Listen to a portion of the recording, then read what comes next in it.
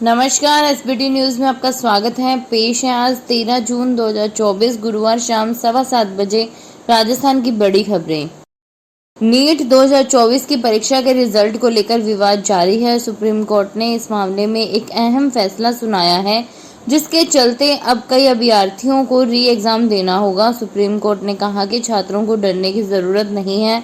छात्रों की याचिका पर सुनवाई करते हुए कहा कि आपकी बात एनटीए ने मान ली है, वो ग्रेस मार्क्स को हटा रहे हैं। साथ ही निर्देश देते हुए कहा कि दोबारा एग्जाम में केवल वो 1563 छात्र ही शामिल होंगे जिन्हें ग्रेस मार्क्स मिले थे। इसके अलावा एनटीए ने इन छात्रों को दूसरा ऑप्शन भी दिया है, जिसके अनुसार वो बिना ग्रेस मार्क्स की मार्कशीट के साथ नीट यूजी की काउंसलिंग में शामिल हो सकते हैं। बता दें कि परीक्षा परिणाम को लेकर सुप्रीम कोर्ट में कई याचिकाएं दायर हैं, जिसमें से ग्रेस मार्क्स, री एग्जाम और परीक्षा कैंसिल वाली याचिकाओं पर आज यानी 13 जून 2024 को सुप्रीम कोर्ट में सुनवाई हुई। राजस्थान के गंगापुर में गुर्जर आरक्षण संघर्ष समिति के संयोजक रहे कर्नल किरोड़ी सिंह बैंसला की प्रतिमा का आज मुख्यमंत्री भजनलाल शर्मा ने अनावरण किया गया। मुख्यमंत्री ने यहां किसान सम्मेलन को संबोधित करते हुए कहा कि कर्नल साहब की सोच राष्ट्रवादी थी। यहां लगी उनकी प्रतिमा युवाओं को सेना में जाने के लिए प्रेरित भी करेगी। कर्नल साहब का सपना था कि हर व्यक्ति को अच्छी सेहत और शिक्षा मिले। बालिका शिक्षा पर उन्होंने हमेशा जोर दिया। हमारी सरकार भी इसी ओर काम कर रही है। सीएम ने कर्नल किरोड़ी बैंसला के नाम एजुकेशन इंस्टीट्यूट की भी घोषणा की। गंगापुर सिटी के मुंडिया गांव में कर्नल बैंसला की वियतनाम पत्थर से बनी विशेष मूर्ति लगाई गई है। करीब 1.5 साल में यह प्रतिमा बनकर तैयार हुई थी। कार्यक्रम में करौली, धौलपुर सहित कई जिलों से सर्व समाज के लोग शामिल हुए।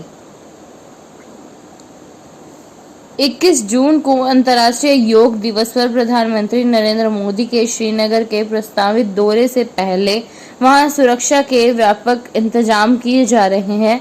इस संबंध में एक अधिकारी ने बताया कि वीवीआईपी दौरे के लिए सभी सुरक्षा इंतजामों को अंतिम रूप दिया जा रहा है। अधिकारी ने कहा कि प्रधानमंत्री 21 जून को श्रीनगर में प्रसिद्ध डल झील के किनारे शेर-ए-कश्मीर इंटरनेशनल कन्वेंशन कॉम्प्लेक्स में 10वां अंतर्राष्ट्रीय योग दिवस मनाएंगे। अधिकारी ने कहा, समारोह स्थल की सफाई, प्रधानमंत्री के मार्ग की सुरक्षा और उन्हें अन्य भी संबंधित पहलुओं पर बारीकी से ध्यान दिया जा रहा है। राजस्थान में प्री मानसून की बारिश शुरू हो चुकी है। उदयपुर, डूंगरपुर और बांसवाड़ा में 2 दिन पहले अच्छी बारिश भी हुई, लेकिन प्रदेश के लोगों को इंतजार इस बात का है कि मानसून कब एंट्री लेगा। मौसम विशेषज्ञों की माने तो इस बार दक्षिण पश्चिमी मानसून के आगे बढ़ने के लिए परिस्थितियां अच्छी हैं और ये महाराष्ट्र से आगे गुजरात की सीमा में प्रवेश कर चुका है। राजस्थान की बात करें तो इस बार मानसून करीब 3 दिन पहले एंट्री करेगा। सामान्य तौर पर 25 जून तक मानसून प्रदेश में आता है। मौसम केंद्र जयपुर के निदेशक राधेश्याम शर्मा ने बताया कि राजस्थान में जो मानसून आता है वह बंगाल की खाड़ी यानी पूर्वी भारत से आने वाली हवाओं के साथ प्रवेश करता है। धौलपुर के मनिया थाना क्षेत्र में चोरों ने एक आंगनवाड़ी केंद्रों को निशाना बनाते हुए चोरी की वारदात को अंजाम दिया है।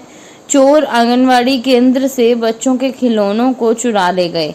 इससे पहले भी चोरों ने 4 जून को आंगनवाड़ी केंद्र में चोरी की वारदात को अंजाम दिया था, जिसमें चोर तक पहुंचने में पुलिस अभी तक नाकाम रही। आंगनवाड़ी केंद्र की संचालिका मीना देवी ने बताया कि मनिया थाना क्षेत्र में स्थित आंगनवाड़ी केंद्र पर चोरों ने बीती रात चोरी की वारदात को अंजाम दिया है। उन्होंने बताया कि रोज की तरह वह काम खत्म करके आंगनवाड़ी केंद्र का ताला लगवा कर घर चली गई। सुबह जब उन्होंने आंगनवाड़ी केंद्र को खोलकर देखा तो उन्हें चोरी की वारदात का पता चला।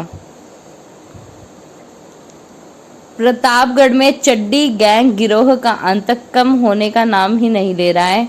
2 दिन पहले शहर के राजेंद्र नगर में इन्होंने वारदात को अंजाम दिया। वारदात का सीसीटीवी भी सामने आया है। ये चोर अपने शरीर पर तेल और ग्रीस लगाकर रखते हैं ताकि भागते समय किसी के हाथ नहीं आए। गिरोह के सदस्य मकान की खुली खिड़कियों और छतों से अंदर प्रवेश करते हैं और नकदी, मोबाइल और जो भी कीमती सामान हाथ लगता है चुरा कर ले जाते हैं। राजस्थान के पूर्व सीएम अशोक गहलोत ने कांग्रेस शासन में खोले गए सरकारी कॉलेजों की समीक्षा के लिए गठित कमेटी को लेकर सरकार पर निशाना साधा है। उन्होंने अपने सोशल मीडिया अकाउंट्स एक्स पर एक पोस्ट शेयर करते हुए कहा कि राजस्थान की भाजपा सरकार ने मोदी की गारंटी पर एक और हमला किया है। अभी तक हम सबने सुना है कि सरकार का काम छात्रों को उनके घर के पास शिक्षा उपलब्ध कराने के लिए स्कूल और कॉलेज जैसे नए शिक्षण संस्थान खोलना है, लेकिन राजस्थान की भाजपा सरकार पिछली कांग्रेस सरकार द्वारा खोले गए कॉलेजों को बंद करने जा रही है। भाजपा सरकार मीडिया में तर्क दे रही है कि कुछ कॉलेजों के भवन अभी तैयार नहीं हुए हैं। हमारी सरकार ने 303 कॉलेज खोले, जिनमें से करीब 250 कॉलेजों के भवनों का निर्माण कार्य चल रहा है। कॉलेज की घोषणा के बाद ही भवन बनना सामान्य बात है। पड़ोसी राज्यों से ज्यादा पानी दिलाने की मांग को लेकर सुप्रीम कोर्ट पहुंची दिल्ली सरकार को बड़ा झटका लगा है। सुप्रीम कोर्ट ने इस मामले में अपनी तरफ से आदेश से इनकार करते हुए फैसला अपर यमुना रिवर बोर्ड पर छोड़ दिया है। कोर्ट ने कहा कि राज्यों के बीच पानी बंटवारे का मुद्दा जटिल है। इस बीच हिमाचल प्रदेश भी अतिरिक्त पानी भेजने के लिए अपने पहले के बयान से मुकर गया है और उसने कहा है कि उसके पास अतिरिक्त पानी नहीं है। जस्टिस प्रशांत कुमार मिश्रा और प्रसन्ना बी वराले की बेंच ने कहा कि यमुना में पानी का बंटवारा राज्यों के बीच एक जटिल विषय है और इस कोर्ट के पास इसकी तकनीकी विशेषज्ञता नहीं है। अदालत ने कहा कि यह मुद्दा यूवाईआरबी पर छोड़ देना चाहिए। जोधपुर के जय नारायण विश्वविद्यालय के कॉमर्स एंड मैनेजमेंट फैकल्टीज में न्यू एजुकेशन पॉलिसी के तहत बीकॉम और बीबीए सेकेंड सेमेस्टर की परीक्षाएं 2 जुलाई से शुरू होंगी। इसको लेकर यूनिवर्सिटी की ओर से एग्जाम का टाइम टेबल जारी किया गया है। डीन प्रोफेसर सुनील मेहता ने बताया कि बीकॉम और बीबीए सेकेंड सेमेस्टर की परीक्षाएं 2 से 5 जुलाई तक होंगी, जिसमें बीकॉम सेकेंड सेमेस्टर की कॉस्ट अकाउंटिंग परीक्षा 2 जुलाई को, बिजनेस रेगुलेटरी फ्रेमवर्क की 3 जुलाई, माइक्रो इकोनॉमिक्स की 4 जुलाई को व हिंदी की परीक्षा 5 जुलाई को होगी। अजमेर में बिना तलाक अपनी पत्नी को मृत बताकर दूसरी शादी करने व फिर राजीनामा कर धोखाधड़ी करने का मामला सामने आया है। पीड़ित महिला ने अपने जेल कार्मिक पति के खिलाफ मामला दर्ज कराया है। सिविल लाइन थाना पुलिस जांच में जुटी है। झुंझुनू, वाहिदपुरा, हाल, कांकरदा, भूनाबाई अजमेर निवासी मंजू देवी पत्नी सरदार सिंह ने अपने नवलगढ़ झुंझुनू हाल जेल प्रशिक्षण केंद्र जयपुर रोड घूगरा अजमेर पति सरदार सिंह व उसकी पत्नी अंजू उर्फ अंजना के खिलाफ शिकायत दी। इसमें बताया कि वह अनपढ़ महिला है और उसका विवाह 23 अप्रैल 1990 को सरदार सिंह के साथ हुआ।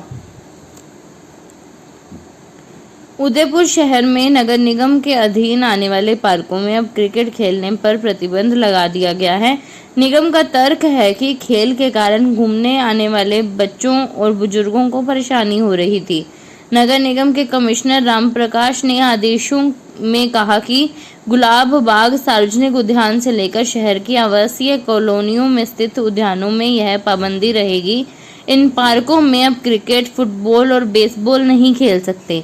कमिश्नर ने चेतावनी भी दी कि आदेशों की अवहेलना करने पर राजस्थान नगरपालिका अधिनियम 2009 के तहत विधिक कार्रवाई की जाएगी। आदेश की कॉपी मेयर, डिप्टी मेयर, उद्यान समिति के अध्यक्ष से लेकर सभी संबंधितों को भेजी है। देश में नरेंद्र मोदी के नेतृत्व में नई सरकार का गठन होने के बाद प्रदेश की भजनलाल सरकार अब एक्शन में आ गई है। अब मौजूदा भाजपा सरकार पिछली अशोक गहलोत सरकार में बने 17 नए जिलों की समीक्षा करवाएगी। राजस्थान की वर्तमान भजनलाल शर्मा सरकार ने इसको लेकर कैबिनेट सब कमेटी बना दी गई है। भजनलाल शर्मा ने इस कदम से कई छोटे जिलों पर संकट के बादल मंडरा रहे हैं। सब कमेटी में मुख्यमंत्री प्रेमचंद्र बैरवा को संयोजक बनाया गया है।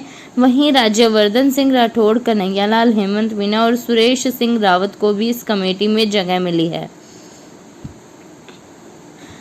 दिल्ली सरकार में मंत्री आतिशी और आम आदमी पार्टी के नेता राघव चड्ढा ने आज 13 जून को तिहाड़ जेल में मुख्यमंत्री अरविंद केजरीवाल से मुलाकात की। इसके बाद आतिशी ने कहा कि सीएम ने विधायकों को निर्देश दिया है कि पानी संकट के बीच जनता के बीच रहना है।